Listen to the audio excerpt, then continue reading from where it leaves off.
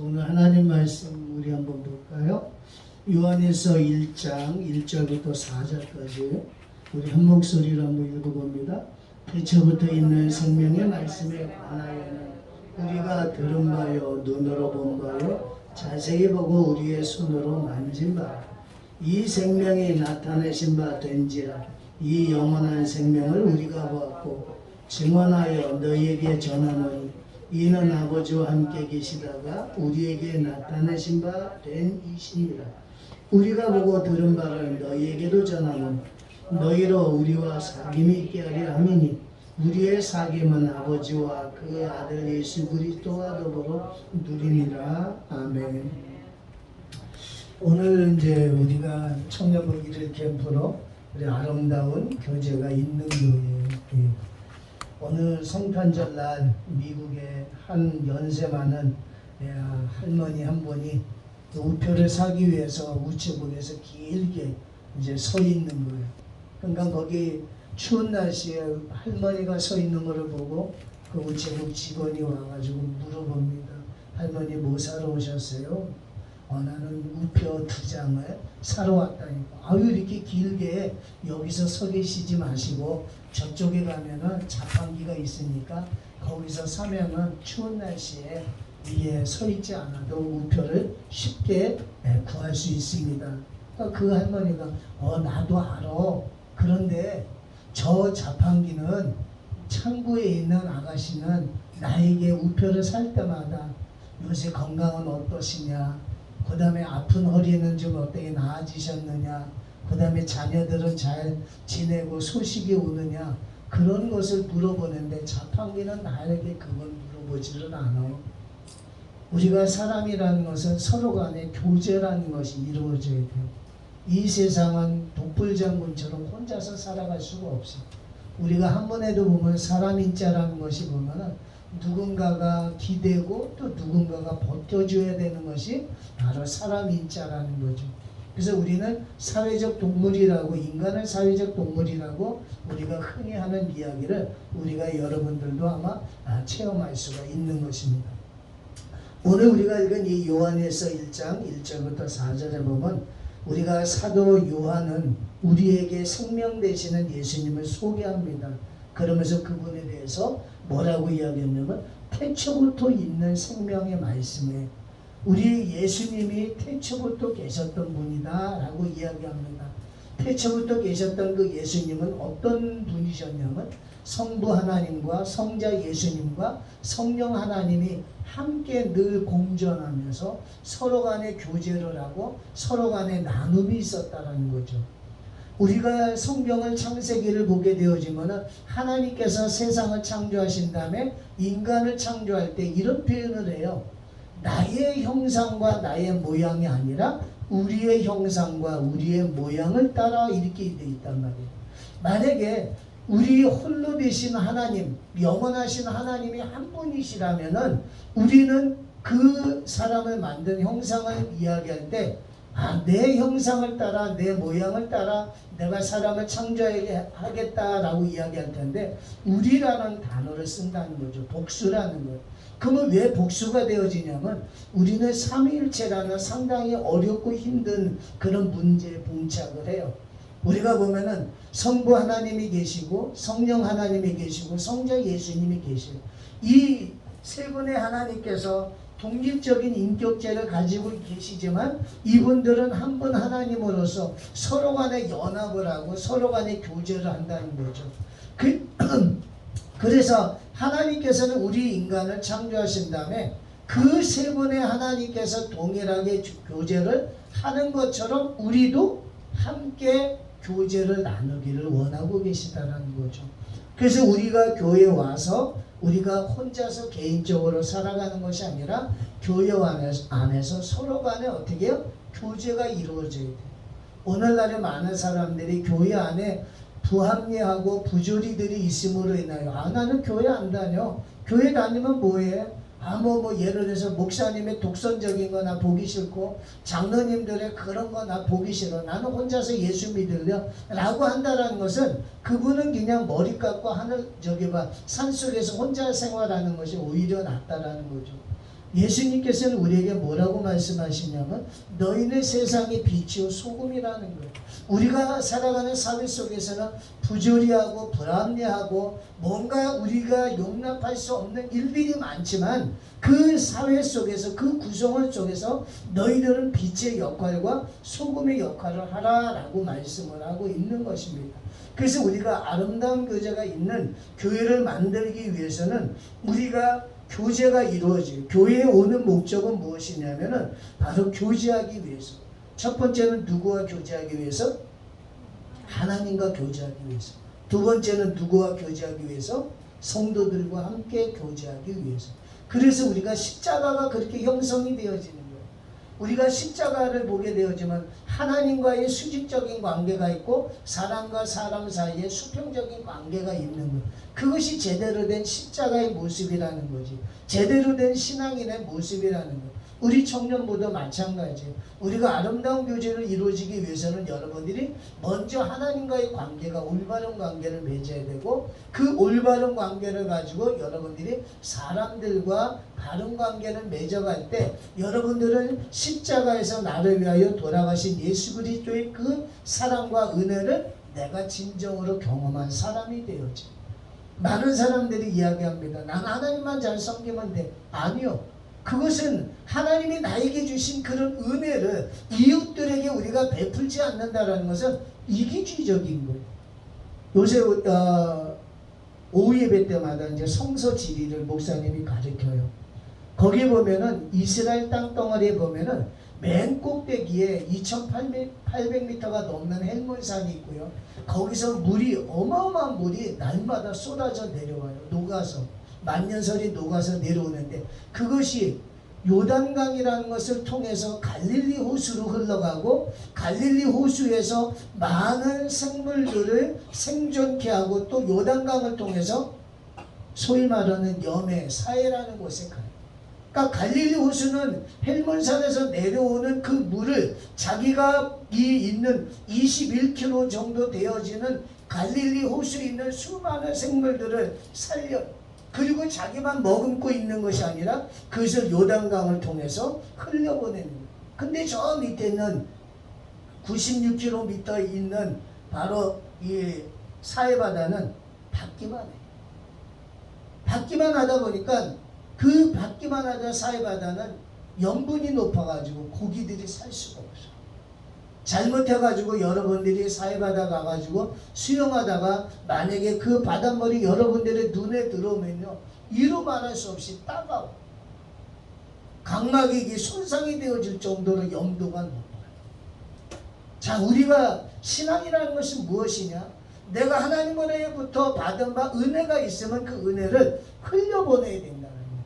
가정 안에서 흘려보내야 되고 교회 안에서 흘려보내야 되고 학교 안에서 흘려보내야지. 그래야만이 내가 제대로 된 신앙인의 모습으로 살아가는 것이지 나는 하나님만 잘 믿으면 돼 라고 한다는 것은 그 사람은 예수 그리스도의 십자가의 은혜와 그 죽으심을 우리가 온전히 알지 못하는 거예요. 그래서 우리가 아름다운 교제가 있는 교회를 만들기 위해서는 먼저 우리가 하나님과의 수직적인 관계를 잘 맺어야 돼. 우리가 3절과 4절에 보게 되어지면은 뭐라고 이야기하냐면은 우리가 우리의 사귐은 아버지와 우리의 사귐은 아버지와 그 아들 예수 그리스도와 더불어 누리니라 라고 이야기하는 거예요. 그러니까 우리가 올바른 교제를 이루기 위해서는 하나님과의 수직적인 관계가 있어요. 우리가 말틴 부퍼라는 사람이 쓴 책이 있어요. 나와 너라는 책이 있는데 거기에 보면은 너와 나 사이에 아무리 최선의 인격적인 교감을 가져도 영원하신 주님과의 만남이 없다면 우리의 만남은 온전해질 수 없다는 거예요. 우리가 인간끼리 아무리 좋은 만남을 갖는다 할지라도 하나님과의 제대로 된 만남이 없다라면 그 사람은 온전한 그 만남을 가지고 있지 않다라고 그 마틴 부퍼라는 사람은 너와 나라는 책에서 그런 이야기를 해요. 왜 우리가 하나님과 제대로 된 사귐을 갖지 못할까? 그것은 성경은 우리에게 죄 때문이다라고 이야기해요. 우리가 이사야 59장 1절 2절에 보면은 하나님께서는 우리에게 이런 말씀을 해요. 내가 손이 짧아서 너희를 구원하지 못함이 아니고 귀가 어두워서 너희의 기도 소리를 듣지 못함이 아니라 너와 나 사이에는 죄가 있어서 너희가 나에게 올 수도 없고 내가 너희에게 갈 수도 없다라고 이야기하는 거죠. 그러니까 하나님과의 수직적인 관계를 우리가 잘 맺기 위해서는 우리들은 죄 문제를 해결해야 된다는 거예요. 그러면 이 죄 문제는 어떻게 해결이 되어지느냐? 자신의 노력과 자신의 공로와 자기의 수고와 애씀으로 인해서 죄 문제가 해결되어지는 것이 아니라는 거죠. 우리 가운데 어느 누군가가 만약에 선한 행동을 하고 남에게 많은 것을 베풀고 그 다음에 내가 착한 행실 도덕적인 삶을 산다 할지라도 우리의 죄 문제는 씻을 수가 없다라는 거예요. 이사야서에 보면 이런 이야기를 해요. 우리가 구스 사람이 자기의 피부 색깔을 바꿀 수 있다면, 구스 사람들은 흑인을 이야기해요. 흑인들이 자기의 피부를 하얗게 바꿀 수 있다면, 표범이 자기에게 있는 그 얼룩무늬를 지울 수만 있다면 너희들은 의로운 사람이 될 수 있다는 거예요. 그러면은 뒤집어서 이야기하면은 피부 색깔을 바꿀 수 있다 없다? 없다. 표범이 자기에 있는 얼룩무늬를 지울 수 있다 없다? 없다라는 거죠.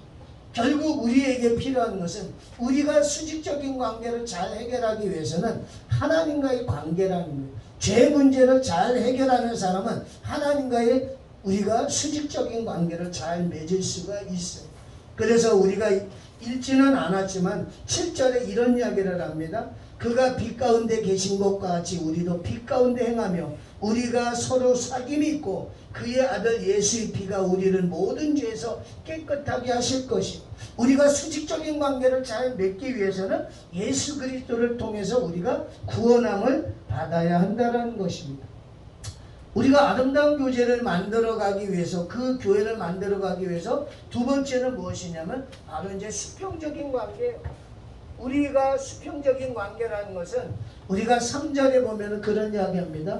우리가 보고 들은 바를 너희에게 전함은, 내가 예수 그리스도를 통해서 내가 받은 바 은혜, 내가 만난 예수님을 내가 어떻게 해요? 내가 이웃들에게 전하는 삶이 필요하다는 거예요. 그러면서 여기에 우리의 사경이 있게 하기 위해서 내가 받은 바 은혜, 내가 받은 바 주님의 사랑을 나만 머무러 있는 것이 아니라 우리가 사회바다가 되는 것이 아니라 갈릴리 호수가 돼야 된다는 거예요.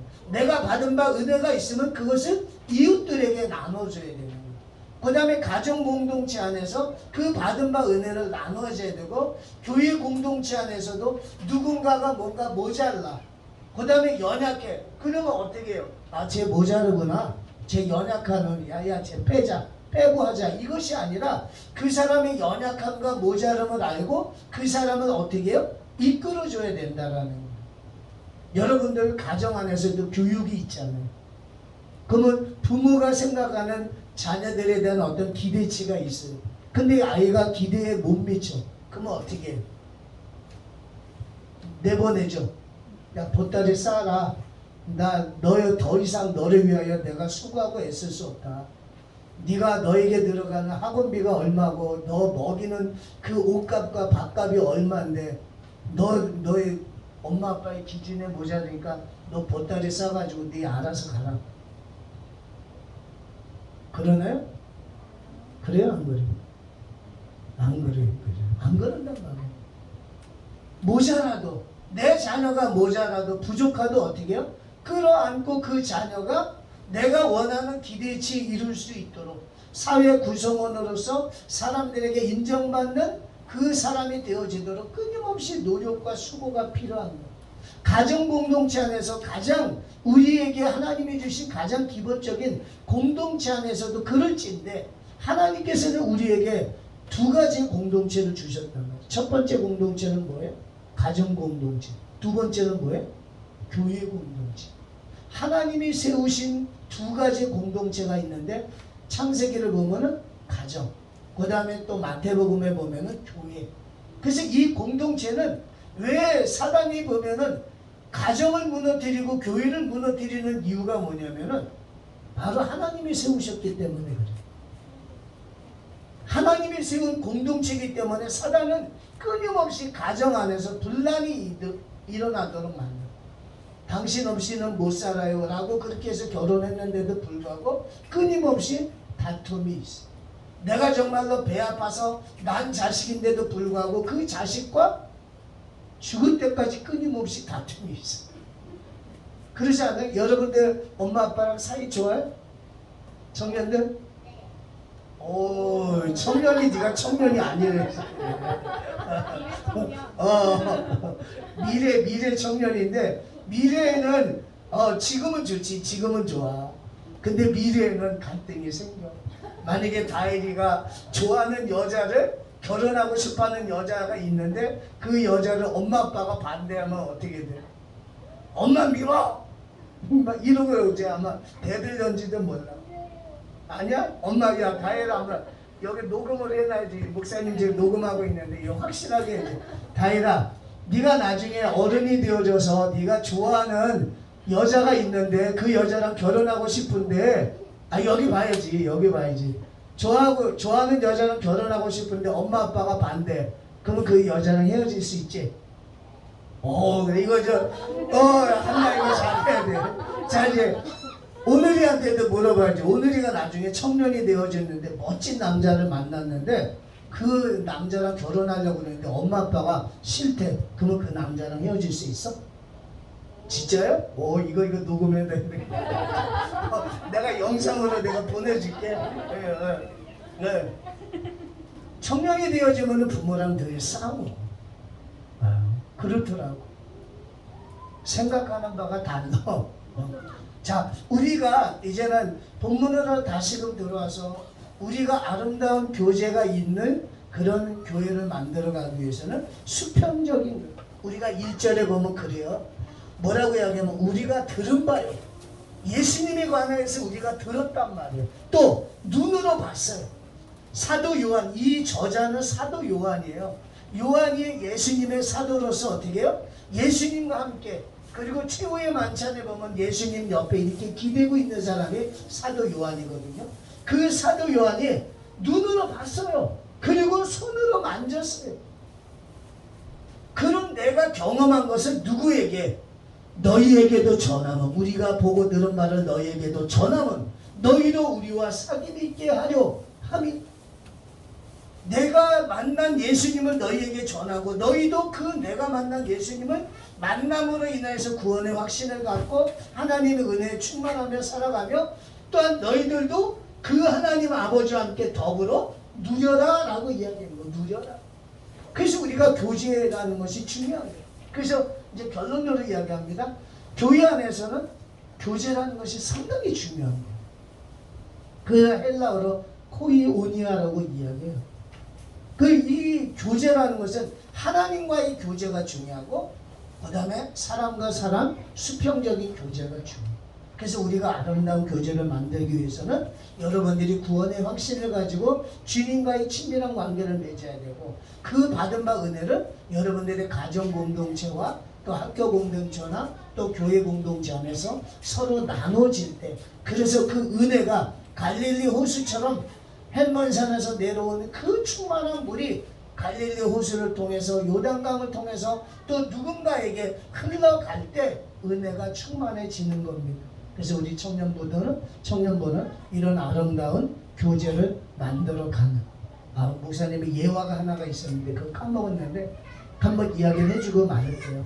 1773년 영국 웨인스게이트라는 조그만 도시에서 저술활동을 하며 생계를 유지하며 어렵게 목양을 했던 존 퍼셋이라는 침례교 목사님이 44년 동안 목회하던 그곳에서 떠나서 런던의 큰 교회로 이주하게 되어졌어요. 그래서 보따리를 싸고 이삿짐을 다 싸가지고 이렇게 가려고 하는데 갑자기 사모님 메리 퍼셋이라는 사모님이 땅을 주저앉고서 눈물을 흘리는 거예요. 근데 교인들도 목사님이 이사 간다라니까 다 구경을 하고 있어. 근데 자기네 자그마한 도시에서는 제대로 사례비도 주지도 못하고, 그런데 우리 목사님이 44년 동안 있었던 교회에서 떠나서 런던의 대도시에서 형편이 나아진 곳으로 간다라니까 잡을 수도 없는 거야. 목사님을 생각하면 잡을 수도 없어. 그러니까 어떻게? 그냥 눈물만 흘리고 있는 거야. 그러니까 사모님이 그 메리 퍼셋이라는 사모님이 이삿짐을 싣다가 말고 땅에 주저해서 눈물을 흘려. 여보, 나는 여기 못 떠나요. 이 형제 자매 교인들을 두고서 나는 떠날 수 없어요. 그러면서 사모님이 통곡하면서 울어. 그러니까 목사님이 어떻게?